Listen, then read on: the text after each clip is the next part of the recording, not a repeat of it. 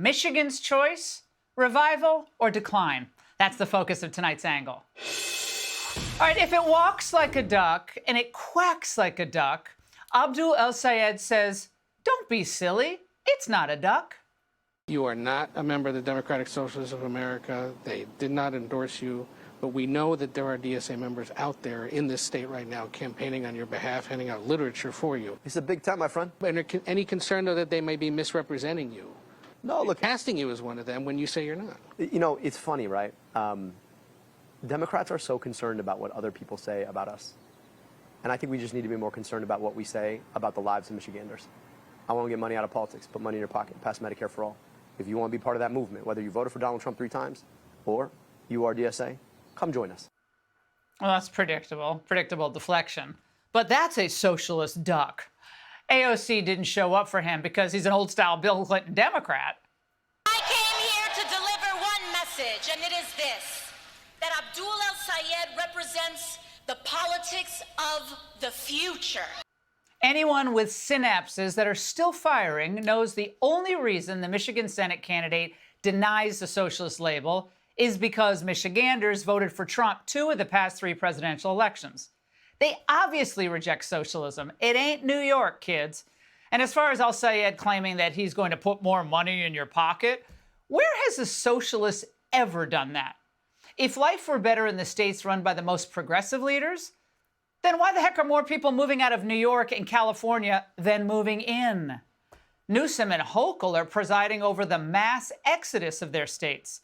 It's a population time bomb. Census data shows they're going to be losing 6 House seats by 2030. Nice job. So we already have a leader who knows how to put more money in your pocket. His name, Donald J. Trump. And today is an especially bad day for a doctor who's never practiced medicine to pretend to know more about the U.S. economy than Trump. Stocks soaring today on strong earnings and hopes for a deal on the Strait of Hormuz. The Dow gaining about 1,000 points, closing at a fresh record high. The S&P 500 up close to 2%, its best day since April. Everything green, and yes, crude oil prices down. Now, this is because of Trump's economic team. His policies, brilliant.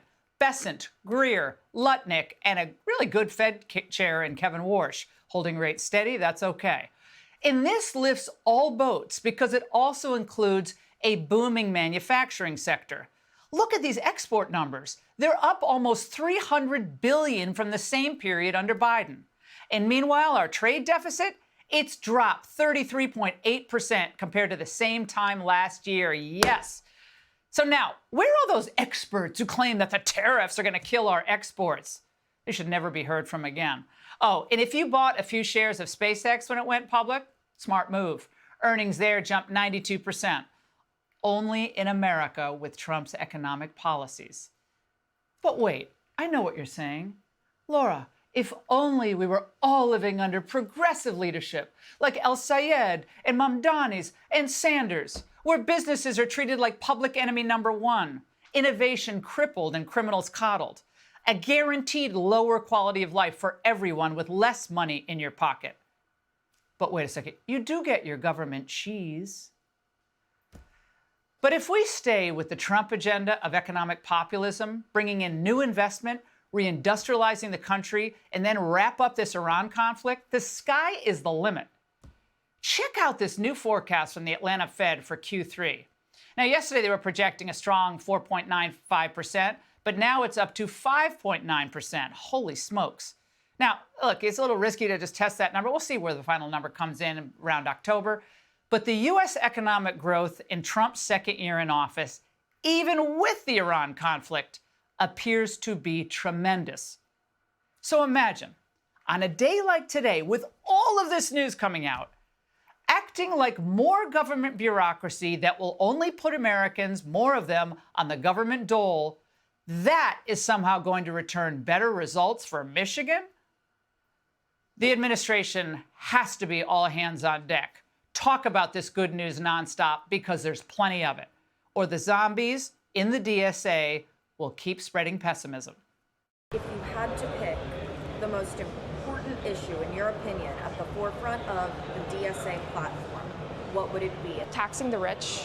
The interest of the billionaire class just has a vice on politics today, and normal working class people like myself, young people like myself, just can't keep going on like this anymore. The way that we win working class power today is by taxing the rich so that all of us can just live life with dignity and get food on the table. Oh my goodness, poor dear. You're going to live life with dignity with government handouts? Perhaps she's unaware of that for most of the past decade, all but a few billionaires were aligned against Trump and against his policies. Well, why did they do that? That's because he fought them, the billionaires, on tariffs, and he fought them on immigration. He fought them on globalization.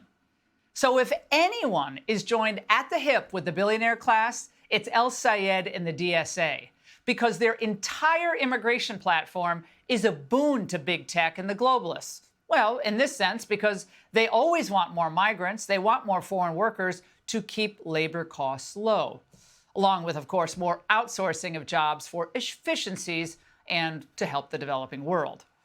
Bottom line, he may have a really slick media strategy, and it is. And he may be a smooth talker, and he is. But El-Sayed's agenda of raising taxes, piling on regs, creating a new monster healthcare bureaucracy, and flooding the country with illegals will send the misery index soaring. And that's the angle. Here. Be sure to like and subscribe for all the Fox News latest on YouTube and catch full shows streaming now on Fox One.